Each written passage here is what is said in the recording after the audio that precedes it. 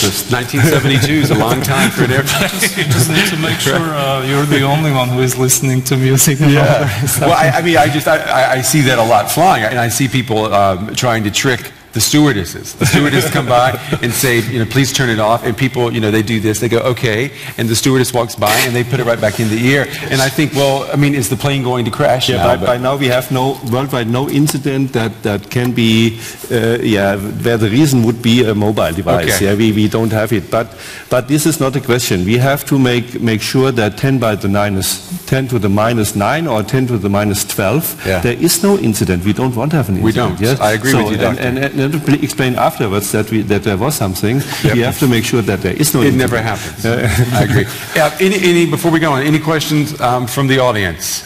Anyone want to ask the gentleman?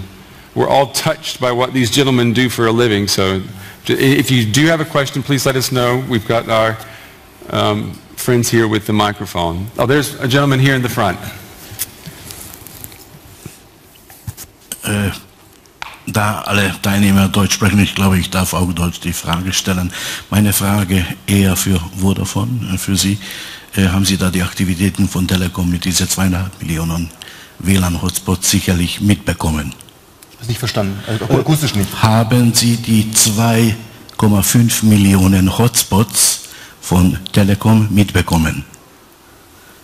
Was meinen Sie mit 2,5 Millionen Hotspots? Meinen Sie die Überlegung der Telekom, dass Sie sagen, Sie möchten sozusagen eine seamless Daten-User-Experience? Das haben Sie am Montag angemeldet, dass es jetzt mit Phone.com ausgerollt wird. Das habe ich gemeint. Ja, das und meine Frage wäre gewesen, weil wir reden ja hier über Mobile, und meine Frage wäre gewesen, was halten Sie über ein Alternativ-Mobile, welcher ja auch funktioniert, über die lokalen Netzwerke?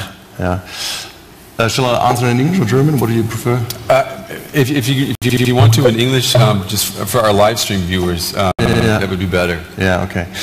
Well, actually, you have to distinguish between the consumer market and the enterprise market. And the point is that in the enterprise market, the customer is very keen on a seamless experience. And as far as we know, and my personal experience actually is, it is if you moving and switching in the mode, or while you're driving in a tube, for example, or whatever, between a mobile a network connection to a WLAN connection, you always have a sort of not a seamless experience. And because of this, we actually think from the Vodafone side that it probably will not be our core business, to be honest. Since we're talking about networks, let me ask all of you, because you gentlemen are all dependent on the integrity of networks. Without networks, you can't do your job. Exactly. So talk a little bit about that, how important the networks are, and the challenges or the promises of networks going forward. A lot of people just look at apps and think of the online world, but more and more apps are connected to the real world, and that's really also what makes our app quite attractive. Nowadays we need the connection from the driver app to our servers and back to the passenger app, and that's obviously the basis for the service. So reliability of the service becomes very important, and we found that a normally quite price-sensitive market, such as the taxi drivers, are willing to pay for a quality service, also a premium, if that means that they get more tours. And that's what you mentioned earlier, we're using Telecom for at the moment. We have a good tariff that we offer combined with tours, and that shows how important it becomes. Without service, or if it's not seamless, we have a problem connecting drivers and passengers. Okay. Dr. Endler, what would you say about that? I think it's for Scout24, it's not more of a problem than for anybody else. Of course we need reliable networks, for sure. But on top of that, in general, I think it's really the seamless experience that it's important. And you mentioned it with the Wi-Fi hotspots. And I think, that telecom will work on getting a seamless experience, because otherwise you have to switch between those networks. But if you have this kind of seamless thing, I think then it could be interesting, for consumers. Enterprises, I think maybe it's a different game. But for consumers, also a security issue actually with the WLAN and enterprise. Yeah, of course. Right. In enterprise, definitely that's an issue. But generally speaking, I think this seamless experience that you don't have to think. I still have to think about where am I? Is it a roaming? Should I switch to Wi-Fi? When I switch to Wi-Fi, maybe I have to put in my credit card details. This kind of things. They should go away. Yeah, you have your device and you get you want to go to connection. Wi-Fi, like if you go to Starbucks, you want to get free Wi-Fi because then you're not having to pay for data usage, right? But then if I walk outside and I have LTE, I know that my provider is going to charge me up the wazoo if I'm downloading a lot of data. Alexander. Well, I don't agree. I don't agree. Yes, of course, the business model of the network operators does matter if it's Deutsche Telekom or Vodafone or whatever. Is to earn money with data, of course, but it's changing. I mean, come on, it's changing. I know a lot of people who have some of those original contracts where they had unlimited data on their mobile phone. They'll never cancel that contract. They're running around, downloading movies, whatever, paying nothing for it. I go and get a new iPhone.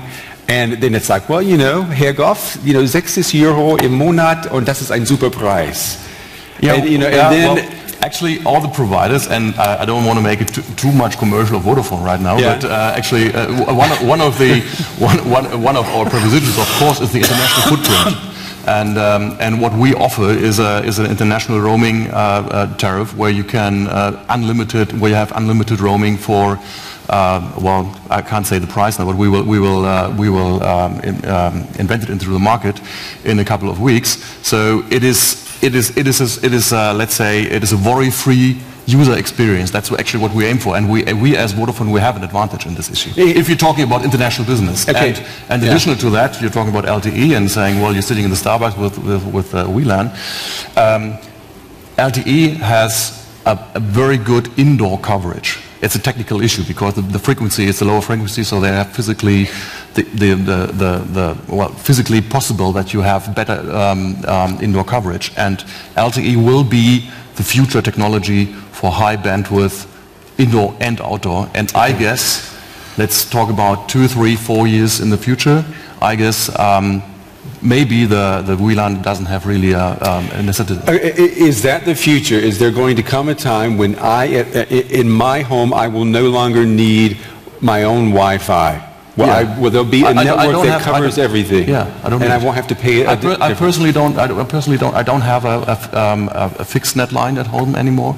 I use an LTE hotspot, which actually is connected to my devices in my home via WLAN. Yeah, but you get super prices because you work for Vodafone. I admit I get a good price, but share the wealth, Alexander. And we will, I tell you, because that's the mass market and that's our future model. I mean, that will be the future. Okay. But actually, think about two things. First of all, there was rumors, that you want to buy Kabel Deutschland. Yes. But this is cable, definitely, right? And what's the reason for that? It's still, also from a technical point of view, if you want to bring a lot of data in a very densely populated area, cable, very close to the consumer is still, the best way and has an advantage over mobile technologies. Maybe, that will change in 10 or 20 years, but it will definitely not change within the next 10 years. And therefore, I think, also the Wi-Fi idea of Deutsche Telekom is a very clever idea, because at the end it's about if data consumption rises as it has risen in the last years. It's very difficult. You can also fill up all LTE networks. It's no problem. So if everybody would, watch TV on LTE, it's not possible. So therefore, it's important to think about how can you offload this traffic into other channels and then maybe have a seamless experience, for a decent and attractive price, because most of the traffic goes through Wi-Fi, which is much cheaper than building LTE for that traffic. That's the main thinking behind. Go ahead. I think the main point here really is reliability of service, and I think if the reliability increases along with customer expectations, people will provide new services that are actually critical, or that use the service as a critical service. For example, if my medication right now depends on a transaction or on a communication which is not 100% reliable, then I wouldn't be able to do it. But if that improves, you will see more services, because I don't mind waiting for a taxi 2 minutes or not seeing it on my screen or being interrupted on my phone. But with more critical services, I would worry a lot more, and I think greater reliability will allow Vodafone and the telecoms to charge a premium for a premium reliable service, and thereby opening the door for a whole range of new services. We even have to make sure that we have 24/7, every minute connectivity around the world. So this is even harder. We have to have wide area networks, we have to have local area networks, we have Wi-Fi, we have GSM or whatever, and everything has to work 24/7. No connectivity, no flight.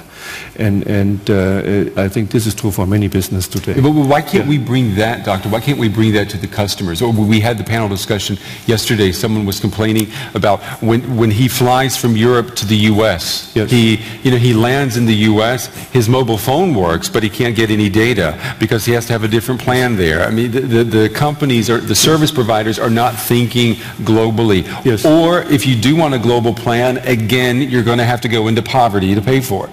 I think there's a big difference between business life and your private life. In business, I have to make sure that our employees, that the people at the airport, they have connectivity, broadband connectivity to their application, to the data, to everything. So as soon as I leave the airport, I have a problem. I have to pay roaming charges, or I have no communication at all, and I think this is really a challenge for people who are really traveling. They are leaving their offices. In the near future, we will have also in business life people working all around the world, from at home, from anywhere. We have to connect them very secure to our business applications, but they also want to have their private connectivity on the same mobile device maybe. And this is where we have to go. Okay. Question in the audience? Darf ich noch ergänzen, meine Frage? Yeah, and also we got a gentleman here with his hand up and a gentleman there. So we got three. Have I forgotten anyone? Okay, so we've got a gentleman there. So we got four. Okay, let's start with you. Kurze Ergänzung nur zu Herr Saul nochmal. Also ich meine, wir leben in einer intelligenten Gesellschaft. Wir haben das auch schon mal geredet, dass auf 5 Meter etwas zu übertragen, das kostet viel weniger Energie. Das heißt, warum verschwenden wir doch das 100-fache an Energie bei LTE, wenn wir das über WLAN viel einfacher, schneller und billiger lösen können? Das ist das eine. Der zweite, die Strahlungsbelastung ist doch das 1000-fache. Ich verstehe das nicht, wieso nimmt man endlich mal diese wunderschöne WLAN als Möglichkeit an, vor allem an Point of Sale zum Beispiel, wo der Kunde auf die Kommunikation mit seinem Verkäufer angewiesen ist, um informiert, navigiert, kommuniziert zu werden.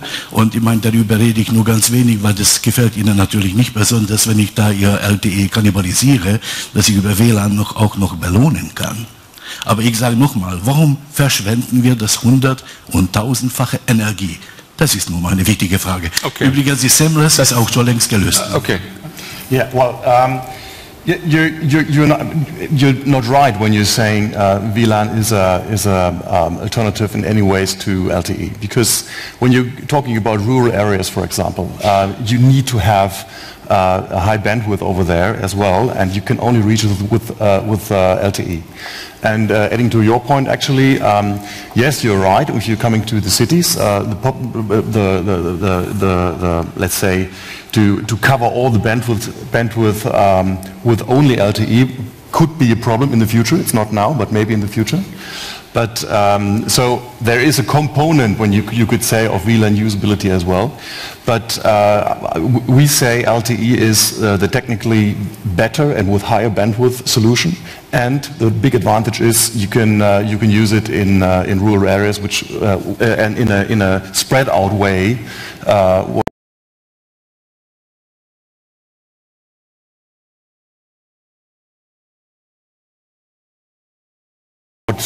It's not possible with WLAN.